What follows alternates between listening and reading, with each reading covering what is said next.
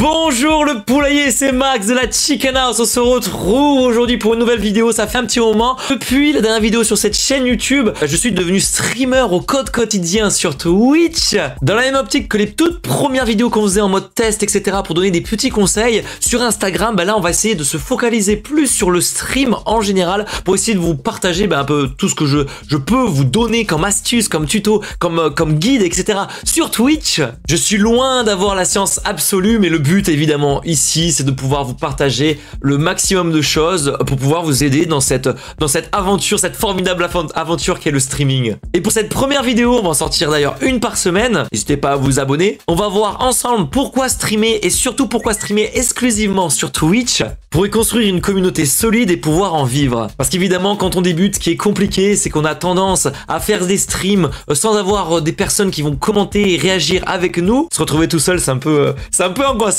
Et puis on stream un peu quand on veut, sur des plateformes, celles qu'on a envie, sur le moment, voilà, sans réelle stratégie. Et le problème avec ça, c'est qu'on fait un contenu fantôme qui est complètement invisible. Et ça, c'est putain de blessant et frustrant. Surtout quand on aime partager. Et puis derrière, forcément, s'il y a personne qui passe, les lives ne grimpent pas au niveau des statistiques et on n'a pas de communauté qui grandit. Et ce que je souhaite aujourd'hui vous montrer, c'est pourquoi capitaliser sur une seule plateforme. En gros, commencer par le commencement. Car forcément, ça va permettre de ne plus parler dans le vide, de trouver, de développer une communauté qui partage les mêmes centres d'intérêt. Et pourquoi pas l'objectif ultime, en gagner sa vie. Mais alors déjà, pourquoi streamer? Tout simplement parce que si on souhaite partir de rien, sans avoir une communauté déjà existante, comme un grand youtubeur qui va se déplacer sur Instagram ou sur Twitch, comme ils sont en train de faire de plus en plus, ça va rester très compliqué de pouvoir se démarquer et tirer son épingle du jeu, parce que la plupart des plateformes sociales aujourd'hui, comme Instagram, Facebook, YouTube, sont ultra saturées. Et le live peut être une bonne alternative. Et surtout par rapport à la VOD, donc ce qu'on appelle le service de vidéo à la demande, que ce soit avec du streaming sur Twitch, avec de la VOD sur YouTube ou encore sur Netflix pour de la qualité encore plus supérieure, justement les usages changent et tendent de plus en plus à ce type de consommation au détriment des anciens médias. Bon bref, voilà, des médias. Mais alors du coup, pourquoi partir sur Twitch? Tout simplement parce que cette plateforme par rapport à la concurrence comme YouTube est faite pour le streaming. Et c'est pas pour rien d'ailleurs, même si elle était rachetée justement par Amazon derrière, il y a quelques années de ça, les concurrents comme YouTube qui sont pas à la base des plateformes, je vais y arriver, faites pour le stream, essaient de copier pour prendre des parts de marché. Mais bon, à un moment donné, quand c'est pas ton cœur d'activité, ça devient compliqué. Alors que Twitch à la base est vraiment une plateforme faite exclusivement pour le streaming. Et dans ce magnifique écosystème, l'utilisateur, donc la personne qui va être derrière son écran pour voir ton contenu, va être mis au cœur même de l'écosystème. Et ça notamment avec la fonctionnalité de la plateforme, c'est le chat. Et ce chat permet de discuter en temps réel avec le créateur de contenu, ce qui est impossible sur d'autres plateformes, ce qui va engendrer un sentiment de proximité entre la communauté et le créateur de contenu qui est unique sur le digital. Et forcément, ça a une répercussion sur l'engagement de la communauté grâce aux abonnements, aux dons ou encore des événements caritatifs comme le Z-Event qui ont levé des millions d'euros ces dernières années. Et puis surtout que Twitch cherche constamment à innover pour garder justement cette rétention de sa propre communauté sur sa propre plateforme en créant des nouvelles fonctionnalités pour pouvoir interagir de manière encore plus innovante avec sa communauté comme les points de chaîne ou encore le train de la hype.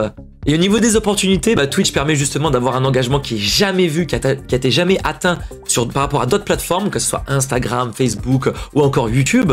Et la plateforme n'arrête pas de croître et de continuer à se démocratiser, parce qu'il faut savoir que Twitch, à la base, quand c'est du streaming, il faut avoir une connexion en béton pour pouvoir regarder. Et que Twitch aujourd'hui possède 70%, donc quasiment les 3/4 des parts de marché du streaming. Et que derrière, rien qu'entre le premier trimestre 2020 et le deuxième trimestre 2020, la plateforme a connu une croissance de 62% en temps de visionnage, donc c'est-à-dire le nombre d'heures que les gens ont regardé sur la plateforme. Et dans le digital, justement, les USA sont toujours précurseurs par rapport à l'Europe.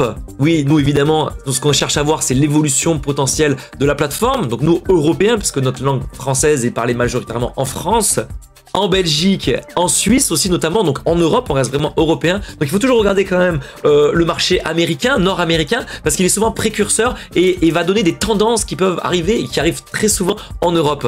Et aujourd'hui, un jeune sur deux, un millénial sur deux aux USA consomme Twitch. Et puis surtout, comme Twitch est une plateforme en cours de démocratisation, elle a à peu près 5 ans de retard par rapport à YouTube. YouTube, au début, c'était notamment du jeu vidéo. Puis la plateforme a continué à se développer pour proposer du contenu sur pas mal de thématiques complètement différentes. Et Twitch est en train, avec évidemment du retard, en train de rattraper tout ça pour proposer divers types de contenus, que ce soit la nourriture, les voyages, etc. Donc ça serait vraiment dommage de louper cette opportunité colossale et de pas être un des pionniers dans sa thématique.